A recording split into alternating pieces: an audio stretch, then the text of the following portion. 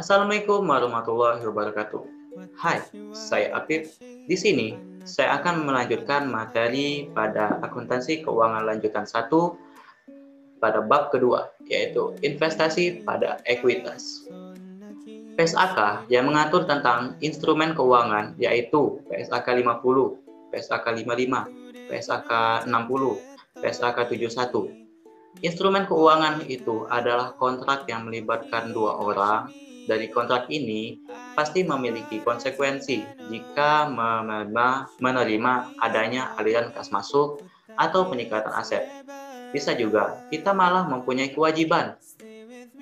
Instrumen keuangan ini bisa bentuknya aset keuangan, liabilitas keuangan, ekuitas, derivatif, dan lindung nilai. Aset keuangan. Jadi, ini bentuknya kontrak atau perjanjian yang melibatkan dua pihak. Dan kontrak ini nanti perusahaan akan mendapatkan adanya peningkatan aset. Nah, itu yang dikatakan aset keuangan. Contohnya itu kas. Seperti kas yang kita simpan dalam rekening bank, dalam batu giro. Kemudian ada piutang dagang. Ini munculnya dalam suatu faktur kontrak yang merupakan sebuah perjanjian antara pembeli dan penjual. Di situ ada syarat yang disepakati, seperti syarat pembayaran 2N+10, itu tertera dalam faktur. Kemudian, berapa nilai piutangnya, kapan harus dilunasi, dan masih ada lagi, itu semua tertera dalam faktur. Itu semua merupakan bukti jika faktur itu adalah kontrak. Kemudian, liabilitas keuangan. Berarti, kita yang mempunyai kewajiban seperti hutang wesel, obligasi. Nah, definisi liabilitas keuangan itu adalah perjanjian atau kontrak yang melibatkan dua pihak, sehingga konsekuensinya itu yang mempunyai liabilitas akan ada aliran kas keluar. Oke, kita lanjut. Ekuitas. Ekuitas itu adalah hak atas aset yang dimiliki oleh pemilik setelah dikurangi liabilitas. Maka, ekuitas itu juga disebut aset bersih karena ini klaim aset yang dimiliki oleh pemilik setelah dikurangi dengan liabilitas. Karakteristik saham. Menurut Undang-Undang Nomor 40 Tahun 2007 tentang perseroan terbatas, saham memberikan hak kepada pemiliknya untuk pertama, menghadiri dan mengeluarkan suara dalam rapat umum pemegang saham. Kedua, menerima pembayaran dividen dan sisa kekayaan hasil likuidasi. Ketiga, menjalankan hak lainnya berdasarkan undang-undang. Ini tingkat pengaruh atas kepemilikan saham. Dan misal kita ambil dari 0 sampai 20%. Itu disebut dengan investasi pada investi. Dan investor tidak mempunyai pengaruh yang signifikan pada metode pada segmen ini. Kemudian, metode pencatatan akuntansi yang digunakan investor untuk mencatat investasi ini menggunakan metode biaya atau nilai wajar. Kemudian ada kelompok kedua, itu pemilik pemegangan sahamnya itu antara 20% sampai dengan 50%.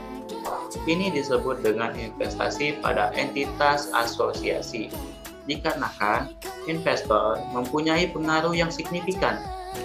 PSAK yang digunakan itu PSAK 15, kemudian metode pencatatan yang digunakan itu metode ekuitas. Kemudian, kepemilikan saham lebih dari 50%, maka dikenakanlah istilah perusahaan induk dan perusahaan anak. Laporan keuangannya menjadi tergabung, yang namanya itu laporan keuangan konsolidasian.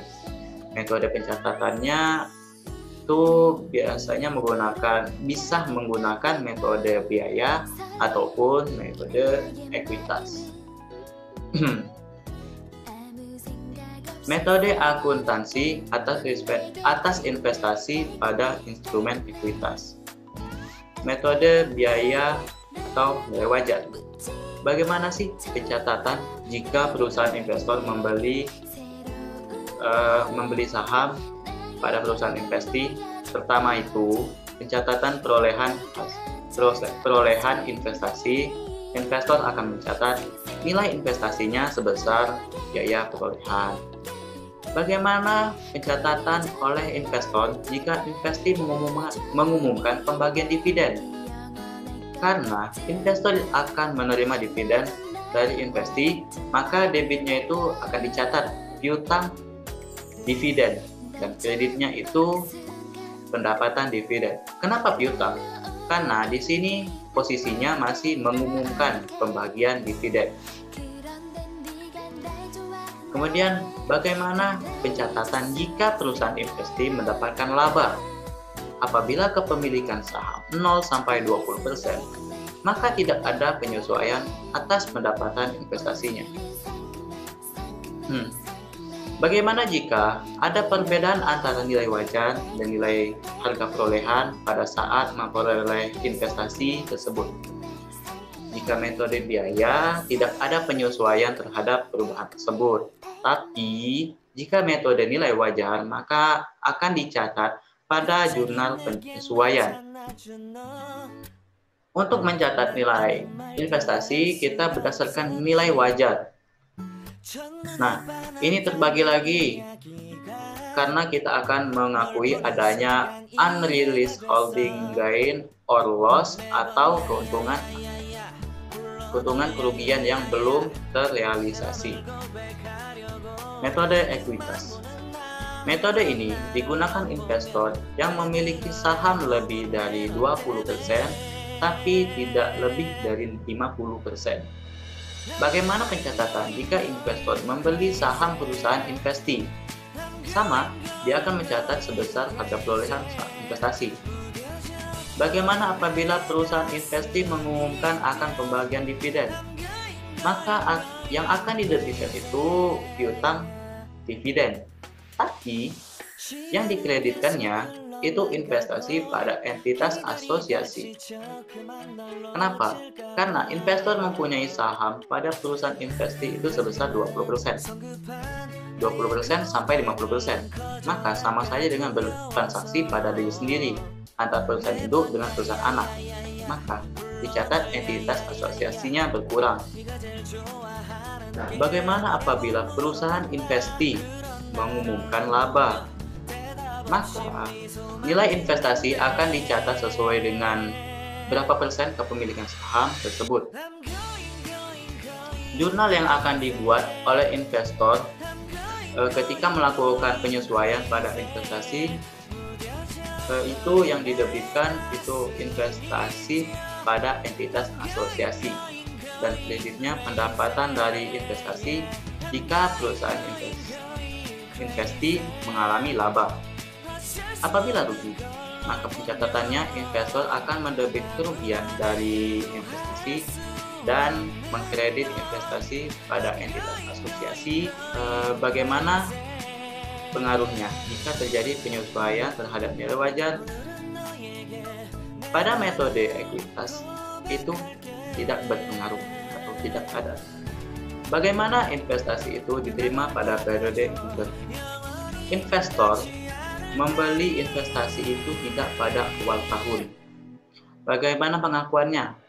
Jika menggunakan metode ekuitas terhadap pengakuan laba yang diperoleh investasi, tidak boleh diakui adanya penghasilan dari bagian laba yang dihasilkan oleh investasi. Itu secara penuh selama 1 tahun dan harus diakui secara proporsional. Alokasi selisih atas biaya perolehan investasi. SAK 15 menyatakan bahwa pada saat perolehan investasi, setiap selisih antara biaya perolehan investasi dengan bagian entitas atas nilai wajar, neto aset, dan liabilitas teridentifikasi dari investasi dicatat dengan cara Pertama, goodwill yang terkait dengan entitas asosiasi termasuk dalam jumlah pencatatan, jumlah tercatat investasi, amortisasi goodwill tidak diperkenankan. Kemudian, setiap selisih lebih bagian entitas atas nilai wajar neto, aset, dan liabilitas teridentifikasi dari investi terhadap biaya perolehan investi dimasukkan sebagai penghasilan dalam menentukan bagian entitas atas laba rugi entitas asosiasi. Transaksi hulu ke hilir. Contohnya, perusahaan investor menjual kepada entitas asosiasinya, maka itu transaksi hulu. Jika sebaliknya, maka itu disebut dengan transaksi hilir. Transaksi tersebut dapat berupa jual beli aset ataupun jual beli jasa yang menghasilkan keuntungan dan juga kerugian. Oke, demikian penjelasan dari saya. Terima kasih.